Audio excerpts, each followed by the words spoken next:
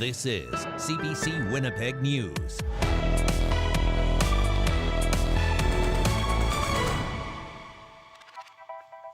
Good evening. Thanks for joining us. A planned 72-hour detox center for highly intoxicated people could go in a space previously eyed for a safe consumption site. The Premier says there's an increasing need for it, and the province already owns the building. But it's left some people with questions over the government's plans. CBC's Gavin Axelrod has our top story tonight. This building at 190 Disraeli could be the site of a 72-hour detox center for highly intoxicated people if a bill introduced by the province's addictions minister passes into legislation. Nearby on Lily Street, this business owner supports the idea of people getting help, especially if they're high on drugs like meth. He also has questions. Is this kind of environment that we have right now going to be going on right outside? So in that way, that wouldn't be very good. If you just came out of a detox program and you're feeling good and you go out and you're offered drugs right away on the street right out in front, obviously that wouldn't be a good idea. The center would have services like prenatal testing and providing medication to address any sexually transmitted or blood-borne infections, among other services. Some worry that 3 days of detox may not be enough time. Have those facilities available and that are long-term, that are equipped to deal with this type of psychosis that is being induced by this drug. The number one thing we have to consider is safety. Dr. Jeanette Poulin is a family physician and addiction specialist. She's happy the province is looking to give more attention to the detox process, but says it needs to connect into other healthcare services. Getting people stabilized from a safety element and then moving into further withdrawal supports and treatments are also critical. The head of Manitoba's nursing union shares similar thoughts. Almost a two-part solution. We have to be able to provide a place for them to safely detox and then transition them into a treatment bed as soon as possible, if that's their desire. Housing and Addictions Minister Bernadette Smith says in a statement, the center is being developed with feedback from law enforcement, medical professionals, community partners, and those with lived experience. Christian also hopes the government will help educate those in the area about the potential plans. Gavin Axelrod, CBC News, Winnipeg. An inquest report into a man's drug withdrawal death at the Winnipeg Remand Centre is calling on the jail to hire more nurses. 28-year-old Darren Wood died at the facility in 2021 after he spent days vomiting in his cell. The report found Wood died of opioid withdrawal after taking meth and a fentanyl-laced drug before his arrest. Multiple nurses testified the centre is understaffed. They say one of the main doctors is often unavailable. The report recommends the development of a formal system for how doctors see inmates. The ceasefire in the war between Israel and Hamas took effect on Friday. Israel has partially withdrawn troops from parts of Gaza, and tens of thousands of Palestinians displaced by the war are starting to return to the northern part of the enclave. Officials say the UN is preparing to resume the delivery of aid to Gaza this weekend. Meanwhile, the Israeli military says its troops have withdrawn to the position outlined in the first phase of Donald Trump's peace plan. Hamas now has 72 hours to return the hostages. Israel then must release its Palestinian prisoners. Now, this deal is a moment many Manitobans have been waiting and watching for. As the CBC's Rosanna Hempel reports, people here are trying to help. As people in Gaza and Israel celebrate the beginning of a ceasefire, Manitobans are working to support families, hoping to reunite with loved ones. We want a real pathway to save those families. Winnipeg advocate Rana Abdullah is helping those in her community who want to bring family members to Manitoba, but she says their visa applications are still being processed. There's a dozen families waiting for more than 21 months. They have done everything. They filled the forms, they gathered the documents, they submitted the applications. Immigration, Refugees and Citizenship Canada told CBC there are challenges beyond its control. It says it does not have any presence in Gaza, but says security screening is part of the application process. As of the end of July, IRCC said 880 people had been brought to Canada under its Special Measures program. I hope now they can act quickly and bring more people. Abdullah says 2 families from Gaza that moved to Manitoba for medical treatment are still getting settled. A 3rd family is expected in the coming months. The Canadian Muslim Women's Institute has been collecting donations for them, such as clothing, furniture, and toys. So our plan is to welcome the 3rd family and focus primarily on the first 2 families that have significant and close family members still stuck in Gaza. Meanwhile, the Mennonite Central Committee is cautiously optimistic about the ceasefire. We are ready to go at scale. We have 4,000 boxes waiting in Jordan of food to get in. A Manitoba government spokesperson says the province is awaiting Ottawa's direction on the response in Gaza as the situation there evolves. Rosanna Hempel, CBC News, Winnipeg. The mother of a 14-year-old Ukrainian girl allegedly assaulted by a group of teens says schools need to do more to protect kids from bullying. The incident happened at Oak Park High School. The mom says her daughter was attacked in a school washroom last Thursday. CBC is not identifying her to protect her daughter's privacy. The woman alleges 5 teens confronted her daughter, asking if she'd said something bad about them. She says her daughter had her head smashed into a bathroom counter, was pushed to the floor and kicked. The family came to Canada in 2022 to flee Russia's invasion of Ukraine, but the mom is now questioning their safety here. I was shocked. Do you know that I live all my life behind because it was war in Ukraine and emergency immigrated in Canada to keep my daughter safe. It wasn't easy. And now I'm not sure that school place is safe for her. Police say 2 people were arrested Monday in connection to the assault. Thanksgiving weekend is here, and it's a time when family and friends get together to give thanks. But the cost of putting together a holiday meal is rising, and some people are cutting back on the fixings to keep up. CBC's Mike Arsenault has that story. The staff at Siloam Mission are preparing a Thanksgiving lunch for hundreds of people in need. These plates have turkey, potatoes, and all the fixings. But Siloam says the rising cost of food makes the holiday lunch a little harder to pull off. We have had to buy more items because businesses and companies have also felt this in their bottom line, haven't been able to donate as much as they might have been able to in the past. Julianne Aiken says they received donations of turkeys, pies, and buns to help with the meal. She says about 1/3 of the people in attendance are housed, but have trouble putting turkey on the table. People who are housed are struggling to make ends meet because of inflation that we all feel when we go to the grocery store. At Cantor's Quality Meats and Groceries, some customers are deciding what to buy and what to leave on the shelf. We've got 6 people coming. Mark Dobre says his family doesn't buy turkey for Thanksgiving anymore. They made the switch to chicken. Our meals have gotten a lot smaller in the number of items that we're doing. So 2-3 years ago, there'd be 8 different things on the table. Tomorrow we're doing maybe 4.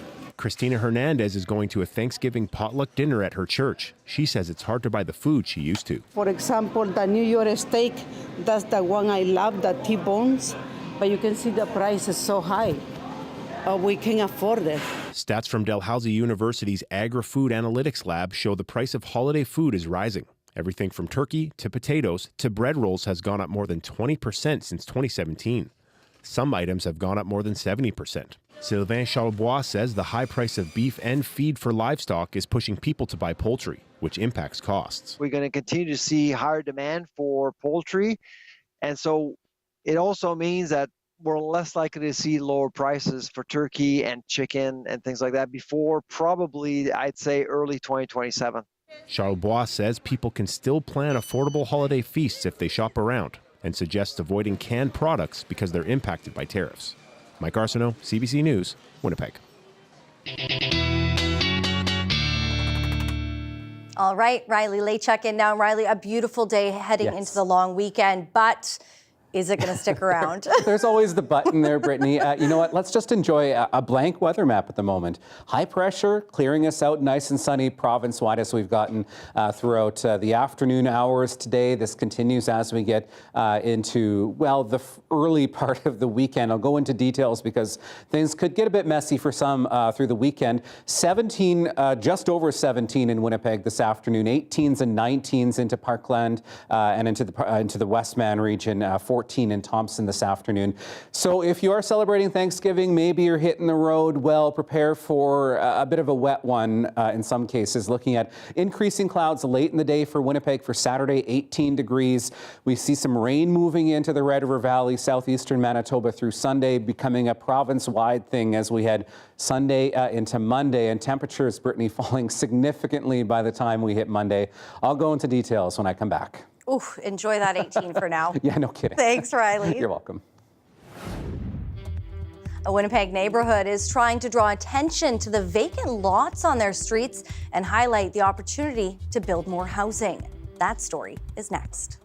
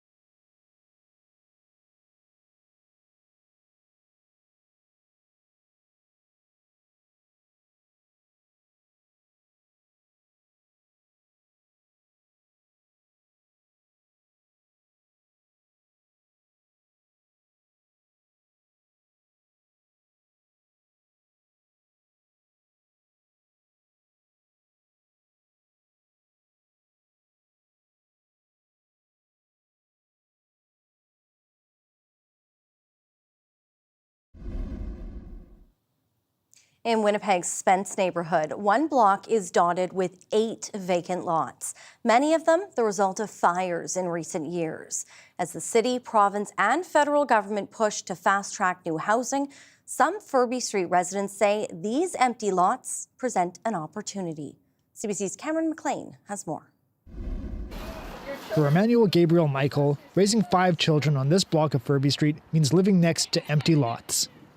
The Spence neighborhood has among the highest concentration of vacant lots in Winnipeg. A group of residents counted as many as 70, and 8 of them are on this block alone. When it's rain season, there was a lot of grasses. It's very tall, and some plants. And people, they can throw any garbage.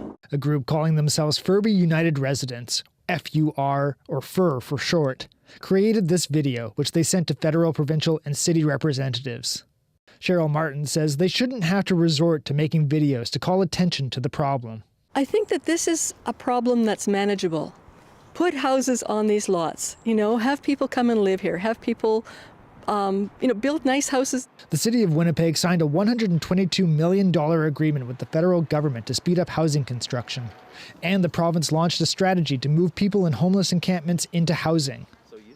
Michael Tyers says some of that money could be used to turn the vacant lots on his block back into homes. There's supposed to be new housing initiatives that are coming out, and I don't see anything happening. A spokesperson for the city says they're focused on housing projects on property they already own. One of the Furby lots is city-owned and currently a community garden, but the city has no plans to convert it or acquire privately owned vacant lots or houses. Mayor Scott Gillingham says he's open to ideas. There's a great need to get more housing built and brought online as quick as possible. And so if there are sites that have been identified, we will certainly look at that and talk about that. The folks on Furby hope their advocacy pushes policymakers to fill in these vacant spaces along their street.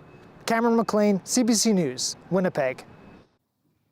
It's been nearly a year since the province and RCMP announced a special unit to target major crimes in the Swan Valley.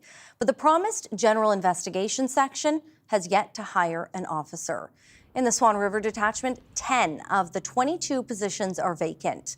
RCMP say they need those jobs filled before they can staff a new unit. Local businesses say the delays are hurting the community. One woman says she calls the police almost weekly because people use drugs or build encampments outside her store. She worries the issues could be overwhelming to a newcomer. Knowing that you're coming into a job that you're already short-staffed, that 99% of your job is going to be dealing with drug-related issues, it would make it hard for someone to come here. The unit is expected to be staffed in 2026. RCMP say 3 new members will join the Swan River Detachment in November. Saturday marks the 120th anniversary of the opening of Winnipeg's first public library. Although it hasn't served that purpose since 1994, the Carnegie building on William Avenue has played an important role in the city's history. Now it's getting a fresh start. CBC reporter Darren Bernhardt tells us more. Above the entrance to the former Carnegie building on William Avenue, the words "free to all." But for the past 11 years, it's been closed to all. Now it's about to begin a new chapter. Cindy Tugwell, Executive Director of Heritage Winnipeg, couldn't be happier. This building is grand, and it shows Winnipeggers and all of Canada, Canadians, that we care about our history and our heritage and give it an appropriate landmark heritage building. The building is getting a nearly $23 million renovation to make it a modern space for the city's archives. Carnegie housed the archives since the mid-1990s. It was under renovation in 2013 when a rainstorm flooded it. Since then, materials dating back to 1871 have been kept in a warehouse on Myrtle Street. Well, that's a catastrophe location.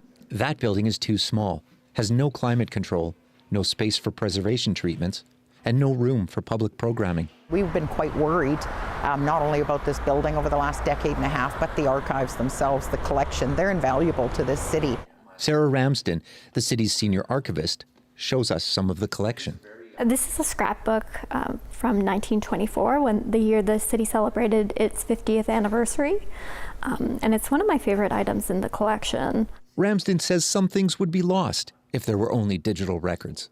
She notes the 1920 nomination paper for Jessie Kirk, the first woman elected to Winnipeg Council. Hers was more like crinkled than the others. It's more well worn, and you just kind of get the sense that it was really, passed around and looked at. Our history is our soul, and we really have to tell those stories not only to visitors who come, but to Winnipeggers. And what a better way to educate people, but in a library, an educational resource center. The city says construction should begin this fall, reopening in 2027. Darren Bernhardt, CBC News, Winnipeg.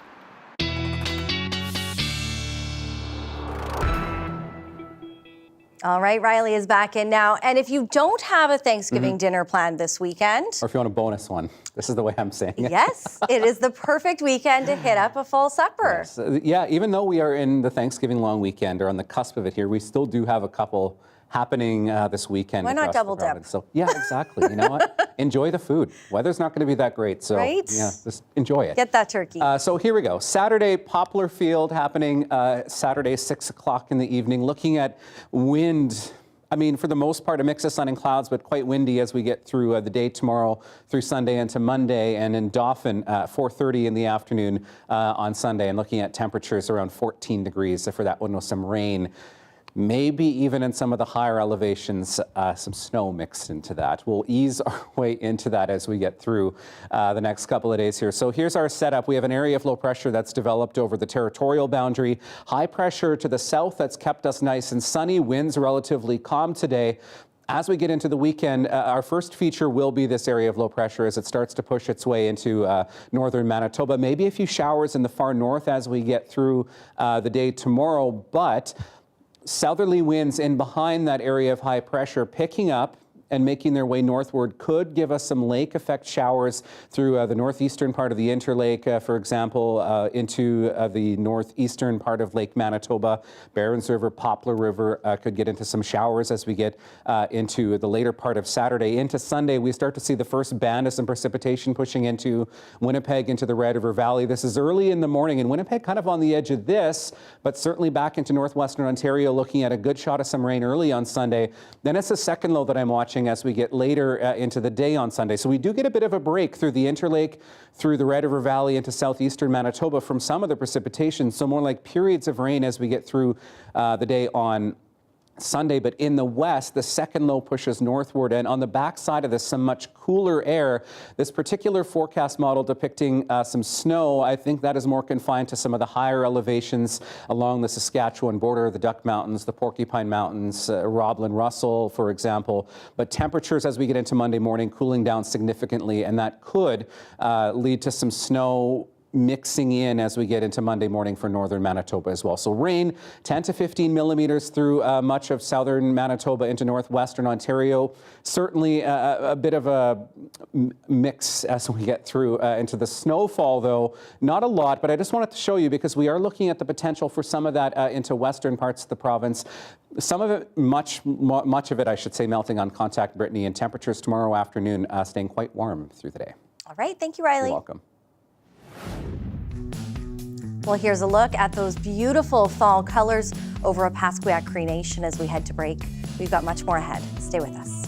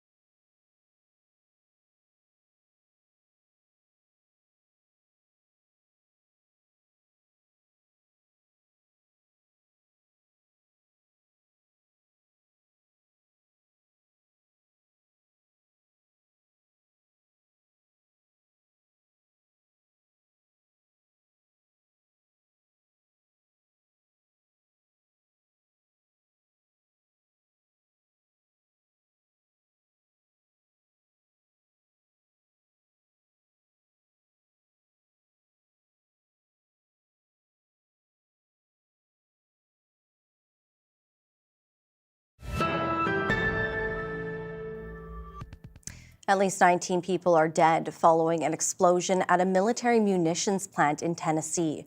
Emergency crews rushed to the scene but had to keep their distance because of secondary blasts.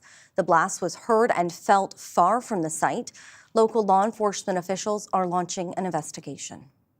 We got a very big investigation. This is not going to be something that we're going to be like a car wreck or something like that we're just going to clean up the debris and leave. We're going to probably be here for a few days. The plant produces and tests explosives in the hills near Bucksnort, about 100 kilometers southwest of Nashville. Officials say it could take days to determine the cause. The local mayor has described the explosion as a tragedy for his community. RCMP are still investigating a fatal highway shooting near Weyburn, Saskatchewan that killed a 44-year-old woman. Tanya Myers was on a road trip with her friend when a bullet struck their car, leaving Myers dead. Now, her friend, the driver of the SUV, is talking to CBC about what happened. Katie Swires has her story. Andrea Morris still can't bring herself to drive a vehicle, ever since the day her friend Tanya Myers was shot in the passenger seat. The two were driving home to Weyburn after a great day together. We just heard this loud bang, and I could feel it in my neck and my ear, and I thought, oh my God, is that how loud it is when you blow a tire? But then Morris realized her friend was in pain and called 911. They stayed on the phone with me until the paramedics arrived, and she kind of leaned forward and just quietly said, "It feels like I've been shot." The two women were traveling this stretch of Highway 39 on September 12th when the bullet struck their SUV. The RCMP have said they do not know if the shooting was intentional or accidental, but they do not believe that the shooter targeted Tanya Myers. I said, my friend said it feels like she'd been shot, but obviously that's not what happened because that's ridiculous. We're 3 minutes from Weyburn. Things like that don't happen here. But then Morris walked behind her vehicle. I could see them doing compressions in the ambulance, trying to revive her. And then I saw the light shining on the back of my vehicle, and I saw the hole there on the end gate of my car. And so then I quickly went and opened the side door, and I could see a hole coming through the back seat, going through the back of the front seat. And I just hollered, I think she actually got shot. Like she was right. And she was telling me the whole time, but it just didn't seem like that would be possible. Now, Morris is working on grieving her friend, an animal lover who was always willing to help others. She's also urging anyone with information or the shooter to come forward. If someone is sitting at home and feels incredibly guilty that this happened, that they were the cause of it, I really just hope that they would come forward. She wants closure for herself, her friend's family, and the community.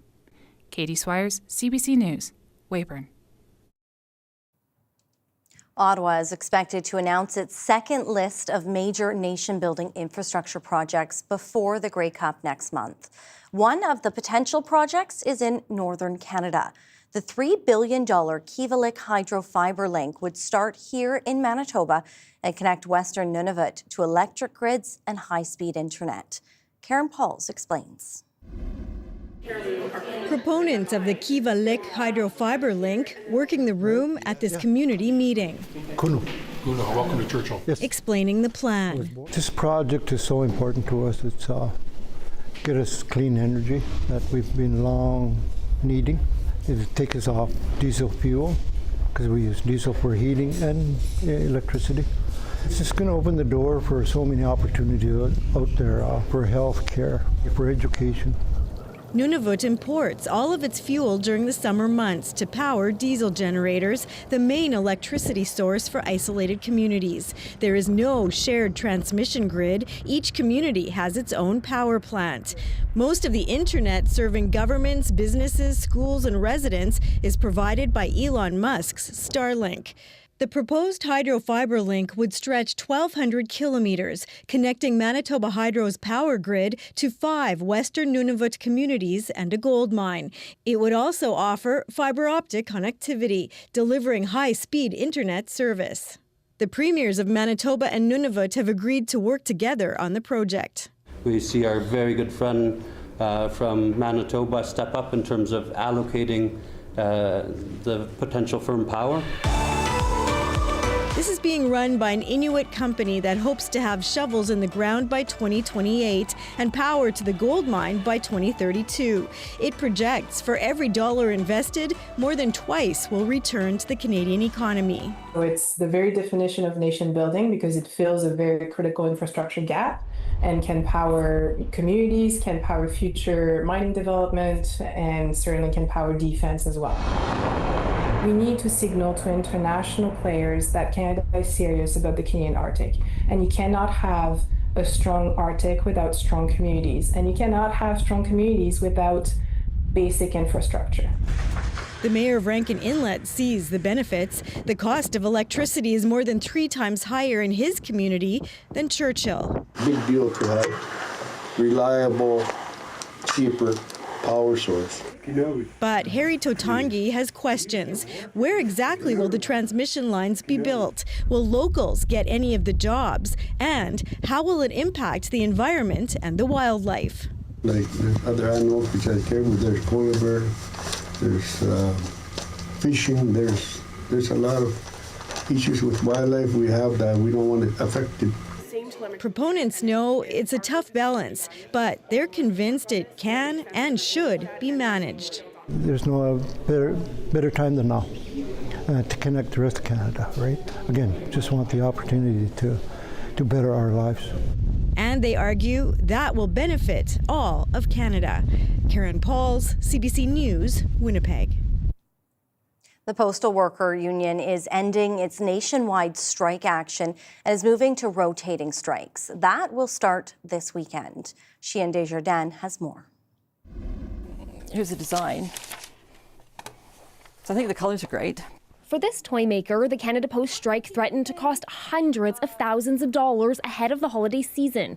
News that deliveries are restarting, more than just a relief. I'm thrilled. We're really hopeful that it's going to be okay for Christmas. The union representing 55,000 Canada Post workers says it's moving to rotating strikes. That means some people will go back to work while others keep the strike going. A strategy that may be about shoring up public support, according to this labor analyst. You have to balance it out because if it's not going to be disruptive, then the employer has no real cost to bear.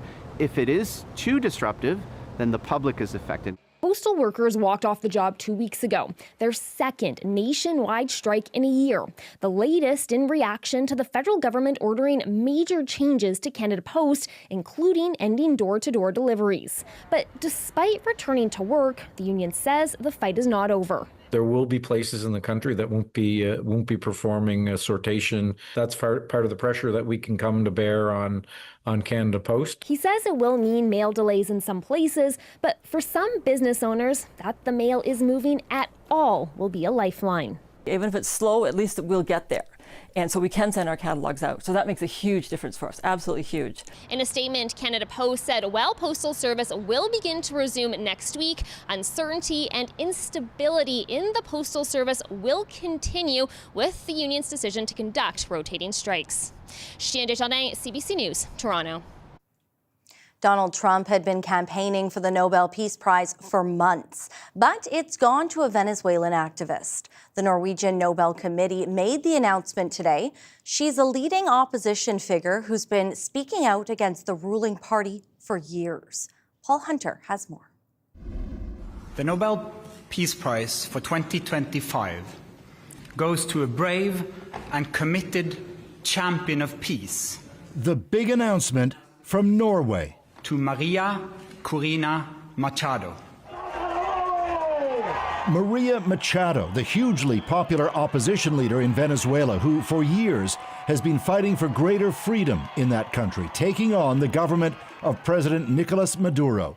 who has long forcefully cracked down on dissent and his opponents. And I'm calling to inform you. In a phone call just before the official announcement, Machado was given the heads up she'd won. Oh my God. Oh my God. Well, I have no words. Thank you so much. In hiding, somewhere in Venezuela, Machado said the prize is recognition of the broader push for democracy in that country. This is an achievement of a whole society. But though the spotlight is now on Machado, so too is attention on someone who did not win the prize, U.S. President Donald Trump. And I called him, I said, let's end the war. Who in recent weeks and months had publicly, strongly hinted he certainly thinks he deserves it. I stopped wars from happening. If it were somebody else, they would have gotten 5 Nobel Prizes. I never even got a mention. And in now officially not winning the prize, it's clear that some in the White House are not exactly thrilled at that. In a post on X today, White House Communications Director Stephen Chung wrote, "The Nobel Committee proved they place politics over peace." Worth noting, Trump himself is a supporter of Machado and her efforts to unseat Maduro. On that, Machado gave Trump a direct shout-out, posting, "I dedicate this prize to the suffering people of Venezuela and to President Trump for his decisive support of our cause." Machado added she's counting on Trump in her push for Venezuelan democracy, the suggestion being they need help from the guy who didn't win. Paul Hunter, CBC News, London. The push for change, why Winnipeg's mayor says the current bail system needs to be revamped. We hear from Scott Gillingham next.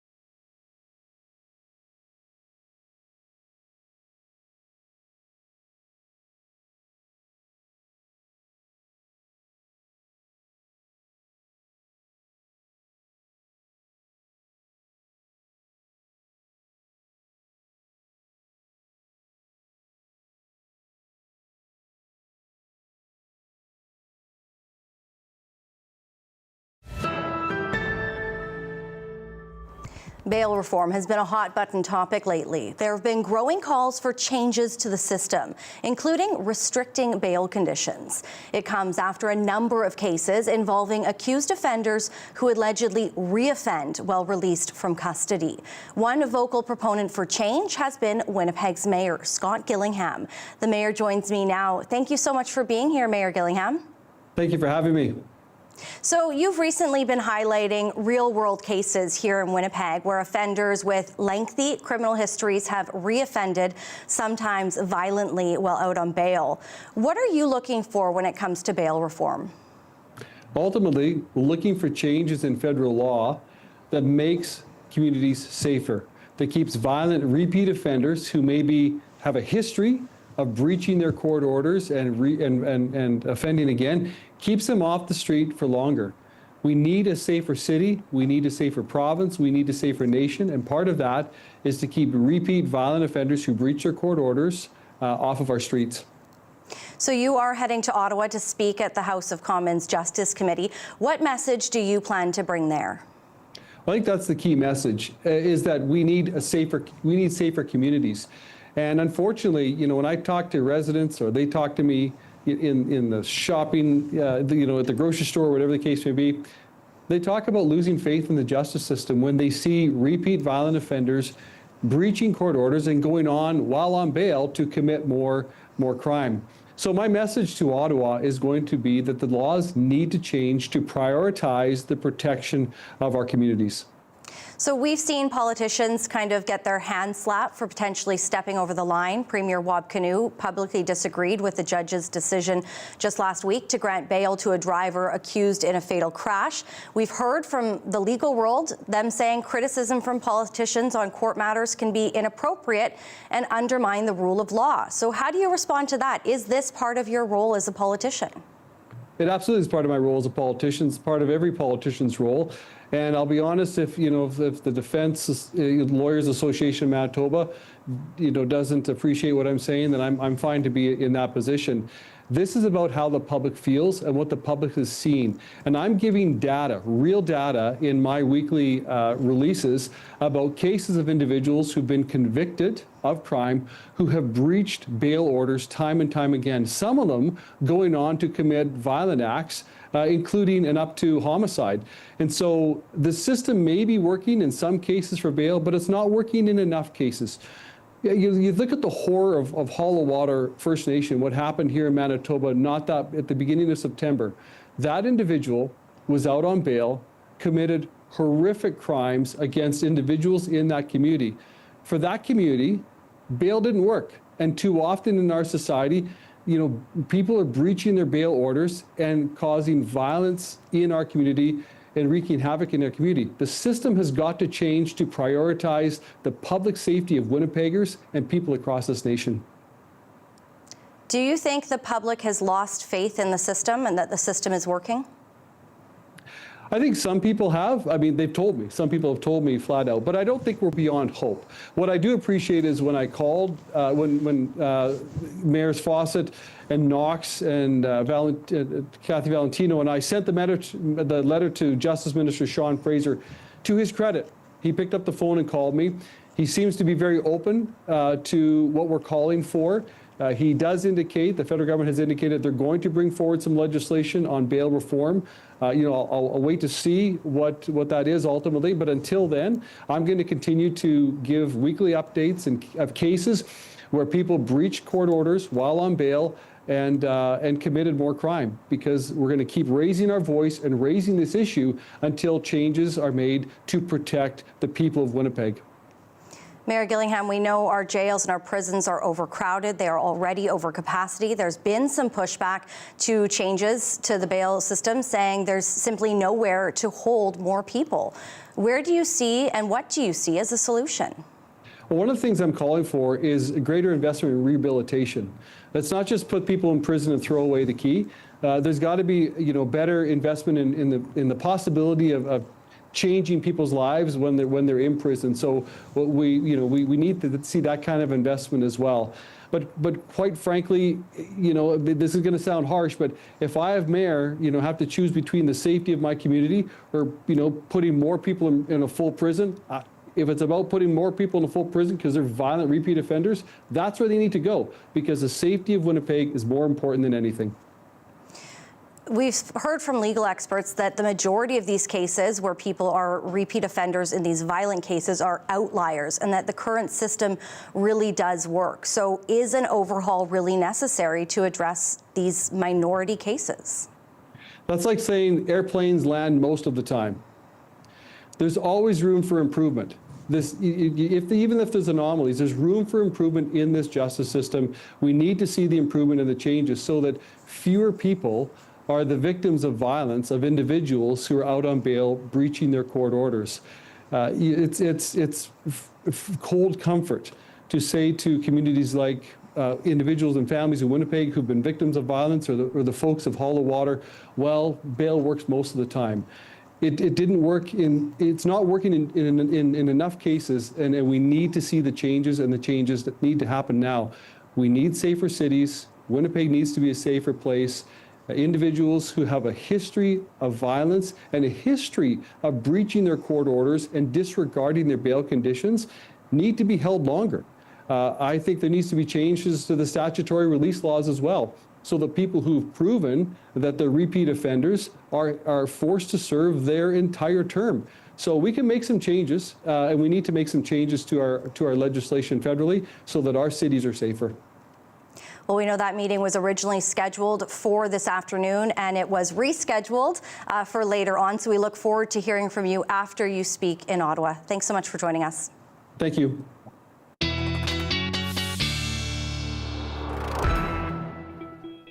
All right, the mayor heading to Ottawa on the 21st. And I misspoke, that meeting was actually supposed to be yesterday and got rescheduled. Okay. Long weekend, Yeah. Thanksgiving, lots of people looking forward to that turkey. Do you have a favorite Thanksgiving dish that you're looking forward to? We've gone through this before, the pierogies. Oh, yeah. Everybody loves a good pierogi. I do love the pierogies. Yeah. I've got to say, I'm excited for the pumpkin pie. Oh, yeah. That too.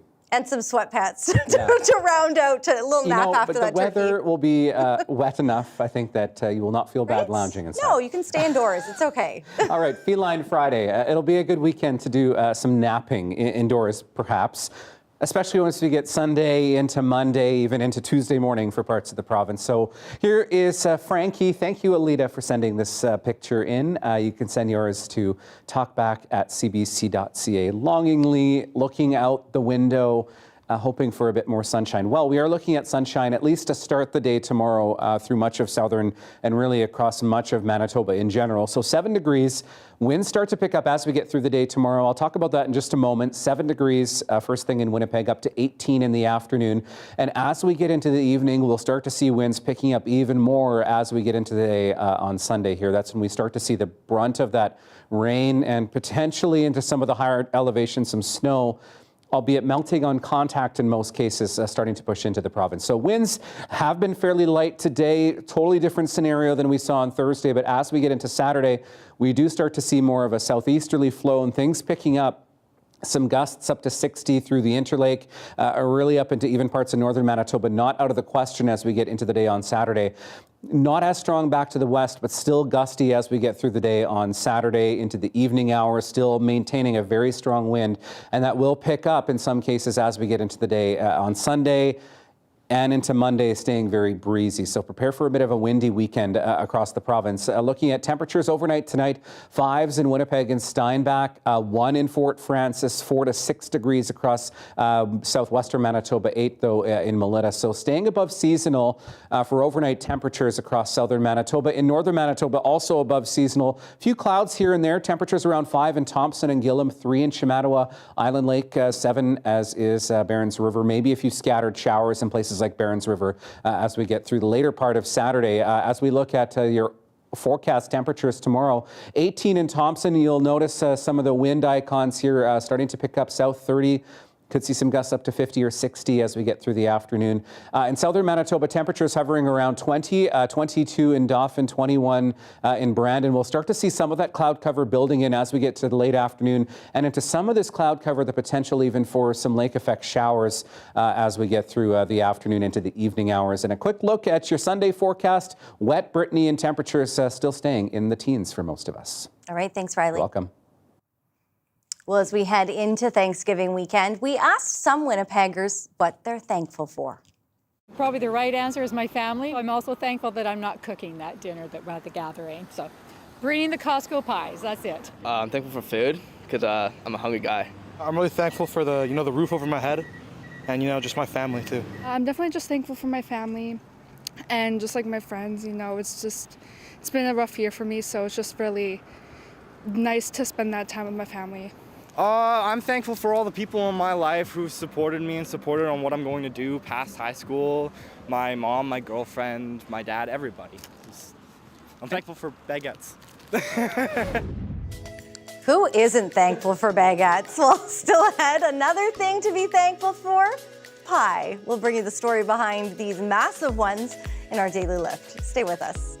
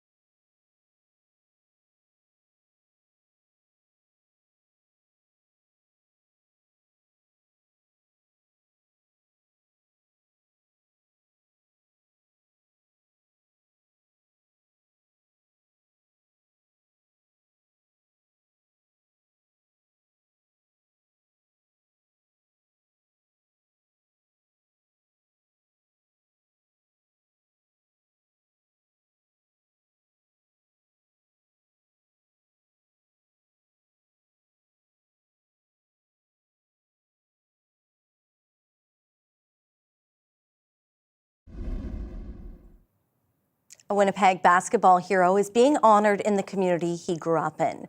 Today, the city formally named the new outdoor court at the Gateway Rec Centre after Tad Posthumus. The 33-year-old died suddenly last fall. He was the first signed player to the Winnipeg Sea Bears, its captain, and a role model and inspiration to younger players. His mother says he would have loved this. Loved playing outdoors. and he felt it was a great starting point for those individuals just learning to play, or for those who wanted to play some pickup ball with some experienced players.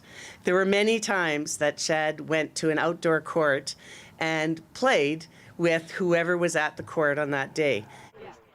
The new court is part of a $570,000 renovation to the center, which also includes new pickleball courts and pathways.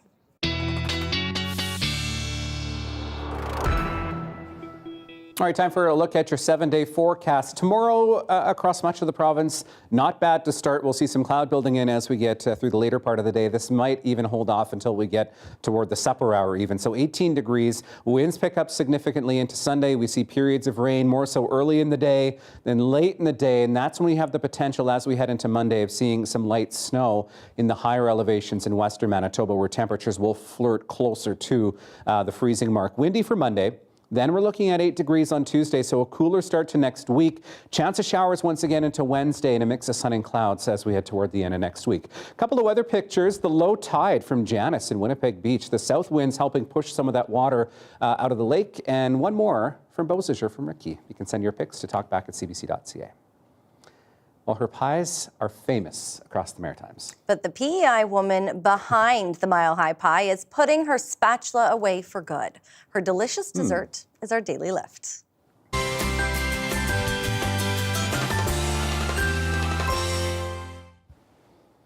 Okay, Joan Blanchard has been baking these lemon meringue pies for 50 years, some of my favorites. She separates eggs, molds crusts, and whisks meringue to new heights. Blanchard says she wouldn't have traded her days in the kitchen for anything. I try to be happy when, at the end. I'm hoping to be happy of my work, that everything went good. But at the end of the day, I'm pretty sore, so that's why I decided 50 years was enough. Her career officially ends this weekend, but she says she plans to stop by for some taste tests of the new recipe every now and then. Love it. Got to freeze some of those. Looks so good.